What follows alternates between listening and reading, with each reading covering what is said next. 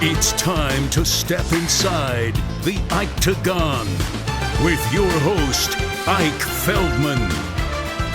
What's up, everybody? Your boy, Isaac Ike Feldman, is on the scene with a face that I'm trying to get more familiar with. I was at his Rockin' fights a couple of fights ago. I believe he took out the Argentinian fighter. No problem, got the job done. I believe it was your first fight back. You've been doing a lot, man. Some would say that I'm doing a lot raising kids, but you're juggling a full-time job, protecting and serving our Suffolk County community. You're also living the dream, chasing the dream of being a WBA world champion, WBC. You're the Continental WBA champion right now. But, man, it's a lot to squeeze into an intro. First and foremost, how you doing? Doing good. Just in the gym, staying in shape, the usual. That's about it. You're keeping the tools sharp, always training. Some people following your October win against Julio Rosa might have kind of sat on the laurels, kind of the new year, devoured ice cream for a week straight, but you're not. You're sharpening the tools. Talk to me what this period is for you, where no fight is scheduled and it's kind of just, I don't know. Take me through this time as a pro fighter. How is this for you? I mean, I'm kind of used to it. Like, we go through it a lot, like, throughout, early on in my career, not knowing when we were fighting next. Sometimes we would have dates lined up. It was kind of just staying in shape year-round. Now it's a little bit more intense, considering, like, the ranking now, and now negotiating a bigger fight. Now money comes into play, where I'm fighting, the weight, who I'm fighting. So there's a lot more involved to it now. The typical staying in shape, but like now there's just so much more behind the scenes that we have to deal with. I was just going to say, is sponsorship opportunities opening? You made it when you're on the Octagon. Yeah. I made it. Talk to me about behind the scenes. Like, is it like just overwhelming, or are you just able to like breathe in, breathe out? Like, how are you dealing with this, man? It's pretty awesome. You're representing Suffolk County, man. Joe Smith, Pryor. Obviously, we got the MMA guys holding it down. Brian Kelleher, Chris Wade. I'm talking to Coach Kevin before. You guys aren't just boxers. You guys know the martial arts, combat sports community.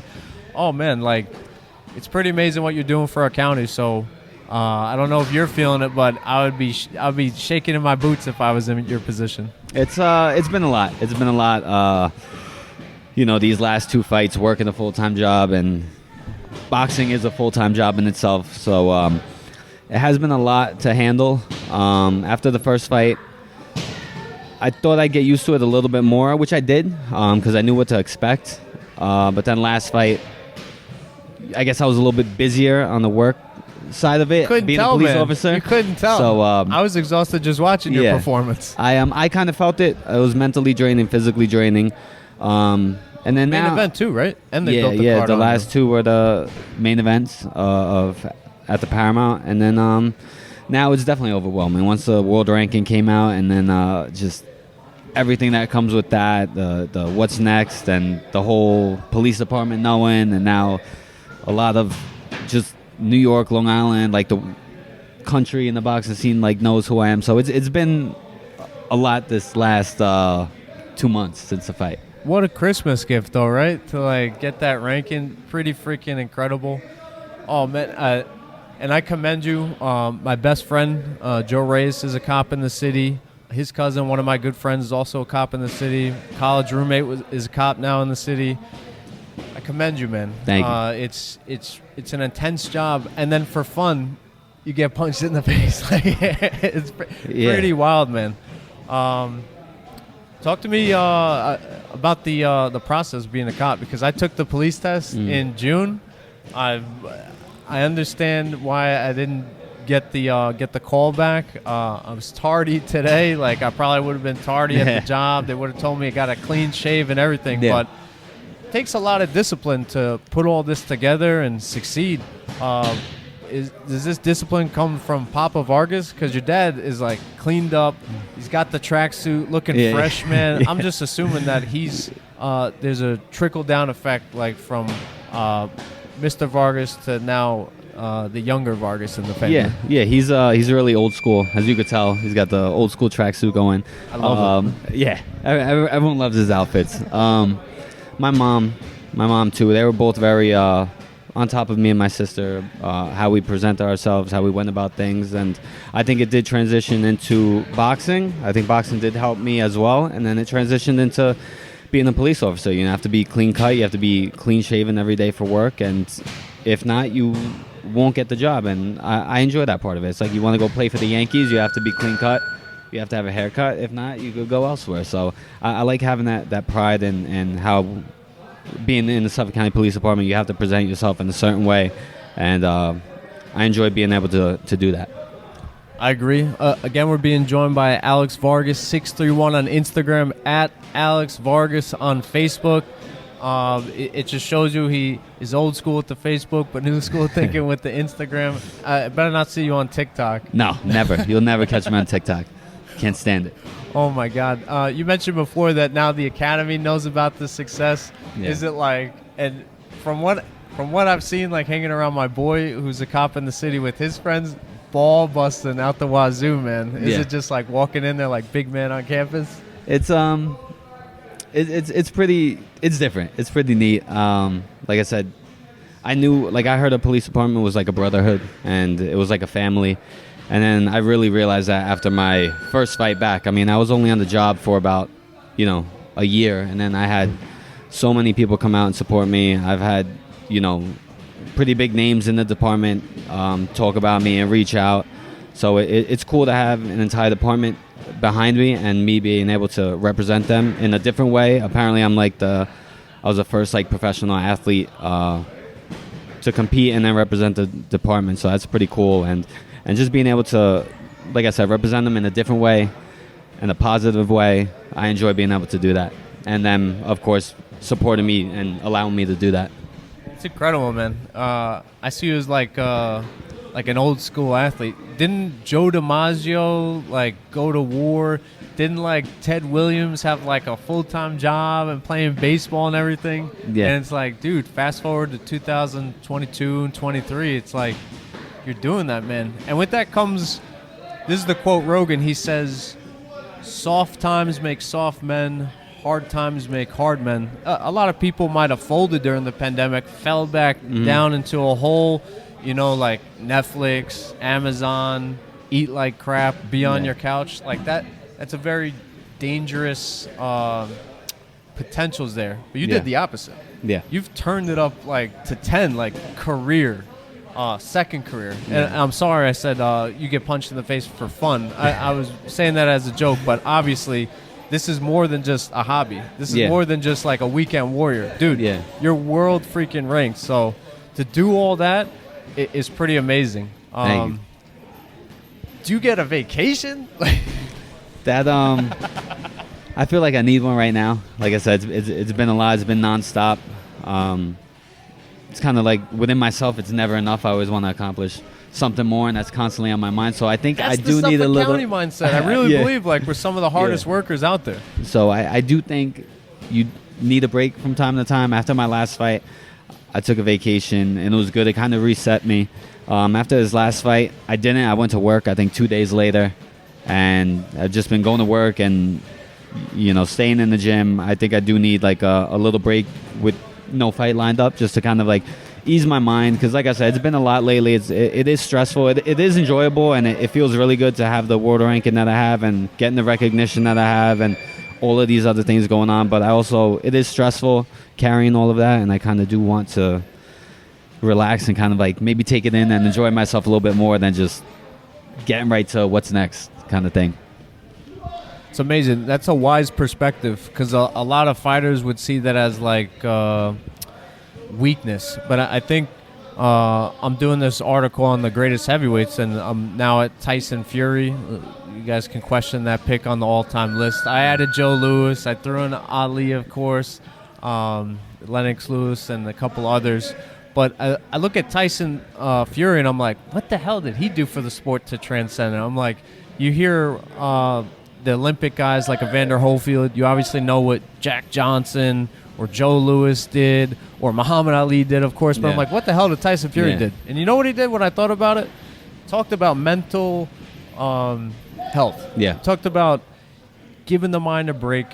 He was 400 pounds, drunk, deep Yeah. in a bottle, like women of the night, like a complete mess. Yeah. And he's open about that. Yeah. And I'm telling you, people in the past might have been like, oh, I smell weakness on Alex talking about a Yeah. break. And it's Yeah. like, dude, that just shows me how secure you are, shows me how confident you are, Yeah. that you can talk about life is clicking on all cylinders, but I'm also human. Yeah. I respect that. Thank you. And that is that's how I was. I was nonstop. I was just training. You would think I was in training camp year round. And it actually hurt me more. And one person that I got really close with, and we had a lot of camps together, was Chris Algieri. Oh, yeah. So Shout out to Chris. Looking good with the glasses, too. He's pulling it off. Oh, he's doing his thing. But he was the one that actually told me how he would take a break after each fight. Like, after all the training, he would go relax. And we all know Chris Algieri is like one of the hardest workers out there. So when he told me that, and he said he would go, take a vacation after every fight, whether it was the Paramount or at the Barclays Center, whatever level it was, he got to a certain point in his career where he was like, I need it, and it helped me. And that's when I started doing it, and it helped me because I got to recover. My body got to relax, my mind got to relax. I never stopped training, but it wasn't to that extreme. Like, I kind of just had peace for a little bit. So that he was the one that put that in my mind, and it's been working. That's a beautiful way to put it. You found peace. It sounds crazy, but it's like, I tell my wife this all the time. I'm like, I'm fighting for peace. Yeah. Like, I'm grinding for peace. And Yeah. it's like, knowing us, it's like we're going to get to that plateau. We're going to sit down, and then we got to move again. Yeah. It's hard, man. Yeah. It's like, in my mind, I feel like the people from 120 years ago that were grinding their way in the cities, like the gangs in New York times, Yeah. they moved out to the island, and we still have that mindset Yep. of like, it's never enough. Yeah. Like somebody will be mowing their lawn and be like, oh, is my lawn as good as their lawn? Yep, Like, exactly. it never Exactly. turns off. Exactly. Never turns off. It's amazing, man. And what never turns off is your work ethic, your positive energy. Talk to me. Have like younger fighters or fellow peers, like, have they reached out to you in person or DM or online, just like commending you on what you're doing? Because again, man, not only you're carrying yourself like a champion in the ring, but outside of the ring. Yeah, I've gotten it's been neat, like realizing the people that have reached out to me, from young boxers coming up that were saying, hey, they want to do what I do in the boxing ring, or they also want to be a police officer and be able to do both. And then I've had actually other police departments, I think like Vegas Police Department, a few different states that have reached out, and they're like, hey, we see what you're doing. Can we send you like a patch or a T-shirt of our department? It'd be pretty cool to, we see what you're doing and representing just police in general, so it kind of makes me realize, like, Are the precincts bidding for you? I don't see any logos, no brands. Come on, let's go. Nothing Precinct yet. 4, step it up. The second precinct is what I rock. That's where I'm at. But it's neat getting, like, realizing the recognition, because it makes you realize how the hard work has paid off, and people are noticing it, whether it's in New York or whether it's a little kid or an older gentleman or different police departments. Just that I'm actually touching these different people, it's pretty cool. Incredible. You almost slipped there and said, I'm touching these kids. Yeah, that would have been terrible. That would have been bad. We're ball busting. We keep it serious, but it's also light, man. I feel like my grandfather, who was like in like North Korea wars and stuff, he said, like, you could tell the person that you want to be in the foxhole with, because they can keep things light. You don't want to be around somebody who's like, when it gets tense, you're like, that person's going to blow us all up if we're together. It's exactly. like, so again, we're getting deep, but we're also keeping it light. Putting on the dreaming hat and putting it backwards. What's the dream arena for you to fight in? Dream arena. I think it would be MSG, the main venue. I was gonna, I fought at MSG as an amateur in Golden Gloves. I forgot to bring that up. In the theater. Modest, but it's it's modest. Different as a pro to be in that main venue, the big venue, being in the pro ring doing it. It's a whole different feeling. I mean, I'm lucky enough to have had fought there as an amateur, but now I want to do it as a pro, and do it as an amateur and a pro would be pretty cool. Now, did you win the gloves? Or did you win the ringmaster? So I saw it change. I won the Golden Gloves. That was at the Barclays Center. The first year they did it there. The first year it opened, which was kind of cool. I wanted the history at MSG, but it was also cool to open up the Barclays pretty much with, like, I think it was like the first boxing event there. Wow, when it before opened. Deontay in Brazil and Before, all I those think it guys? was before they even had like a pro event there. Or I think the first pro event was the week after, and it was like Wow. Danny Garcia against Zab Judah. I think I went to that, and then Did like, they bring you into the ring to announce like Golden Gloves winners? yeah, it was. Oh no, that night it was. They did something. I remember. It wasn't getting announced into the ring. That would have been cool though. But and then a few years later for the Ringmaster, I went and fought at MSG in the theater. Amazing. Man, if Nassau or Belmont, if they did boxing, if they got into it, that'd be pretty cool. You'd be on Long Island, you'd be representing. Yeah. Keeping the dream hat on and turned back. Who is an idol that you would love to turn into a rival? Idol that I would love to turn into a rival. It's a tough one. I'm trying to think of who. Like someone that's still fighting, I'm trying to think of. Prominent name, somebody you want to lay mitts on that you're like out of respect. You know how like the samurai code, they're like, I want to kill you. If it was out of respect, and someone I've been working with since before he became a world champion was Richard Comey. Okay. Just a class act. Great person, great fighter. Obviously, I think 2-time world champion, and I love the guy. We've gone to war for years in the ring, and I helped him get ready for his first world title. He helped me get ready for my WBA title, my last fight. So it's not something I would want to do, but out of respect, that would be someone I would love to get in the ring with, and and maybe down the road, like me with someone else that's coming up, they could do the same thing. And whether it's like the passing of the torch kind of thing, you see that in boxing all the time. I think Richard Comey, but it's all love with him. I have no hard feelings towards him. He's an amazing person. Incredible. Again, Alex Vargas, 631 on Instagram, at Alex Vargas on Facebook. My final thing, how important is it for a police officer to have combat experience, whether it be boxing, jiu-jitsu?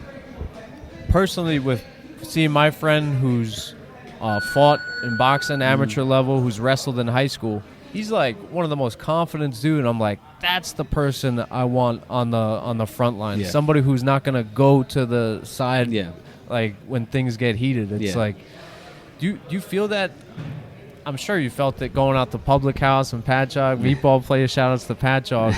But it's like when things get heated, you're not going in the tank. Like you're confident. And I think what better job to have that type of confidence than being a police officer? Yeah, I think that's one of the biggest things being a police officer. I think that if you're trained in like you said, jiu-jitsu, boxing, whatever the case is, wrestling, you have that confidence and you're not going to get nervous right away. I think a lot of the people that I know that are on the job that do have a fighting background are the calmer ones, and when a situation kind of gets a little bit hectic, like they're the ones that are trying to calm it down, talk people out of it. They call it verbal judo, and they're usually the best ones at it because they don't want to have problems, but it's also like the energy they give off because they are confident in what they're capable of if something did go south. So I feel a lot of these guys, like when you show up on the call, like you're giving off an energy, you're giving off a presence to these guys that they're like, all right, I really don't want to mess with this guy. But some people that maybe aren't trained in any fighting, they'll know what it's like to be in that situation. And like you said, you could reach for, a weapon quicker than you have to because of nerves and you're not sure how things will go. We actually just had this situation the other day at work where it was Are you allowed to disclose this? Yeah, it was. I'm not going into detail, but it was like 4 of us, and they were all actually like trained in some aspect of fighting, and it was just talking for trying to talk the individual out of whatever they want to do, and then it did get a little bit hands-on, but it was controlled right away. Like no one got hurt just because everyone knew what they were doing and were so calm that it didn't turn into what could have been a mess. Like we see happens a lot. So you have the right people. If something does go south, they end up controlling the guy. Those are the things that need to be recorded and posted. It's like everybody says, "Oh, the one bad egg." It's less than one bad egg. It'd be like one in like tens of millions eggs. Like, Yeah, they ruin it for a lot of people. There are a lot of amazing cops out there, and like I said, I was surrounded by a great group that no one got hurt. Not a single person didn't get hurt because the situation was diffused so fast. So, like you said, I think having a fighting background, I think it should be pushed more into the job, because people often look at it as like, oh, if you're a trained fighter, that's what you're going to go to right away. I'm like, I think it's the opposite. I think you stay calm. I think you're confident in what you do, that you won't go that route. But if you have to, it'll go smoother, and people won't get hurt. Exactly. I'm sure you've seen it, like somebody who doesn't know what they're doing. Yeah. You've probably seen the school fight videos or the street fight videos. It's horrible. Yeah. Oh, my God. But again, Alex Vargas, I appreciate your time. My final thing, man, I don't know if you dreamed it, but now you're in this position. You are a role model, man. Are you prepared for everything that comes with that? Like I said, it's been a lot, and realizing I have turned into like a role model for some people, but I do like it because it gives me something to look forward to. It gives me motivation to be the best person I can be. Can't pick your nose when you're in traffic now. Yeah. Exactly. It keeps you on your toes. It makes you not want to fall off. Just keep being the best person you could be on point constantly. Like you said, be clean cut constantly, just to be that role model that, because we all have role models that kind of fell off at one point, and it was like, oh, what happened to them? And I don't want to be that guy. I want to be the guy that stayed on point his entire life, and people could say that about and look up to me. Sleep as much as you can. I remember with us growing up, it was the best never rest. Sleep is for the broke. Sleep is for the weak. Yeah. And now you hear about LeBron, RP Kobe. He talked about like they paid so many $1 million and they realized it's just sleep. Yep. Like, it's the only thing that recovers. Yeah, exactly. But God bless you, man. Thank you for your service. Thank you for your service in the ring. You are wearing many hats, and you are wearing it well. You are kicking ass on the force. Hopefully not that much ass, but you're kicking ass in the ring. Undefeated WBA Continental champion, top-ranked WBA fighter in the world. Oh, my God, sky's the limit. I'm glad I could catch you now. Just when you're driving by in your, what would it be, the police parade, man, I'll wave to you. I gotcha. Man, I'll wave back. Good luck on everything. Thank and congrats on your success. Thank you. I appreciate it. Now we got to shake on camera. People see it. Later, brother. Peace.